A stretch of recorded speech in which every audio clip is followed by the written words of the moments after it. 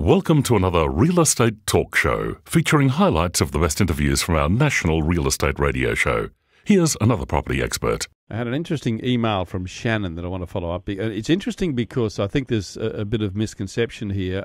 He asks, how is it possible to deal with an agent without being gazumped? I want to qualify what gazumping is because there's a bit of confusion there. Rob Balanda from MBA Lawyers is with me. Rob, there is a bit of confusion about gazumping and competing offers, isn't there? Yes, there is, Kevin. People get confused between what gazumping is, something else called Dutch auctions, and competing offers. Probably a good idea to run through all three. Well, let's do that, but gazumping is not, well, it's not possible in Queensland. In the strict sense, no. Gazumping is when we have a system of conveyancing in Queensland. When you make an offer, you make it in the form of a legally binding contract of sale, and it's a live, active offer. So if the seller accepts that you've got a binding deal, that doesn't allow really a gazumping, because once the offer's submitted, the seller signs it and they're committed. But in other states where they have a preliminary step before that, called sales note, cover note, that sort of stuff, where firstly the agent does a sales note which is signed by the parties, that is not legally binding, and over the following 2, 3, 4 weeks the solicitors do searches and eventually exchange or swap signed contracts. That's, 3, 4 weeks later, that's the same position we're already in Queensland once the seller signs the contract.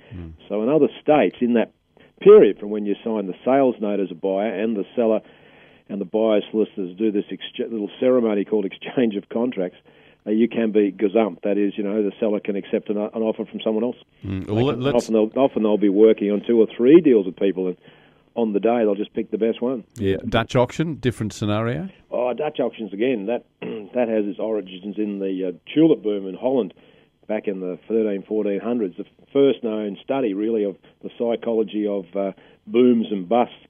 A Dutch auction is basically where I make an offer to buy your property, Kevin, and then you use that offer against me and against someone else who's interested, and tell them about my offer to encourage them to make a higher offer. They then make a higher offer, then you come back to me with their higher offer and use that to push me up, and up it goes. It's the Dutch auction. People were chasing these tulip bowls back in 1400 and paying, I think, something like about 5 times a man's annual wages for one tulip bulb. Such was the frenzy. People wanted these tulip bulbs. Very interesting. Renee Rifkin, probably not fashionable to talk about him anymore, but he used to talk about it a lot in his newsletter when he was alive. There is another situation like a competing offer, because it's all about timing, isn't it? And I think if you're buying a property and you're caught in this time warp where you make an offer and then there are other offers that come in, that is quite a normal process, but there should be a way of handling that as well. Well, that is, yes. If a property's hot, it's a hot property and it's open for inspection, this often happens the first day. If it's usually a Saturday and it's so hot, there'll be like 10, 12 inspections before lunchtime, and by the end of the day, the agent will have 7 or 8 or 9 offers to take to the seller. People confuse that with gazumping. They see that as the seller, because the agent has to take all offers around to the seller, and the seller decides whether to accept them. And as you know, Kevin, there's a form that's now in use in the industry. It's called a competing offer form, and it actually stipulates in there, well, it asks the agent to go to that person who has made the original offer, get them to acknowledge the fact by signing this form saying, I am aware that there is another offer or at least one more offer on the property. The agent's given me the opportunity to make my best and final offer, and it is, and they describe it in that form. So that takes away a lot of the mystique. But as I said, it's all about timing, isn't it? Because if you go to a property, Rob, and you see it, you're interested, by the time you make your offer can take several hours. It's quite possible that someone else who also is interested is going to make an offer at the same time as well. Yes, you can give yourself the edge in that Dutch auction situation, or even that competing offer situation. You can make your offer subject to the seller accepting it in writing by a certain time that day. Yeah. Last one I did was a scenario where there was a hot property, first open for inspection on a Saturday. Once again, a dozen people had looked at it by lunchtime, and there were about 5 or 6 offers coming in that day. So that my buyer client, to give themselves the edge, to get to the head of the queue and stop them using their terminology of being gazumped, they made their offer subject to the seller accepting it by 5 o'clock that day in writing.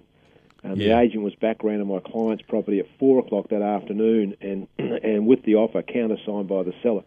And their comment from the agent to my client was, the seller thought that you were bullying him and you were trying to push him around by putting in such a clause. Yeah, they certainly were. They had to do something to get to the head of the queue. And 1 time in 10, that strategy backfires, because 1 time in 10, sellers get really annoyed that you put pressure on them that way. But what the hell, Kevin, if you're competing against that many people on the day, you've got to do something to try and give yourself the edge. So you can do that. Yes, you do. So there we've explored the differences between Dutch auction, gazumping and competing offers. We went through a lot of material there. If you want to have a listen to that, I'm going to post it up on our website. Just go to the website now, realestatetalk.com.au. You'll see that there. With Rob's name right beside it. And I've been joined this morning with that explanation by Rob Balanda from MBA Lawyers. Rob, thanks for your time. Good morning, Kevin.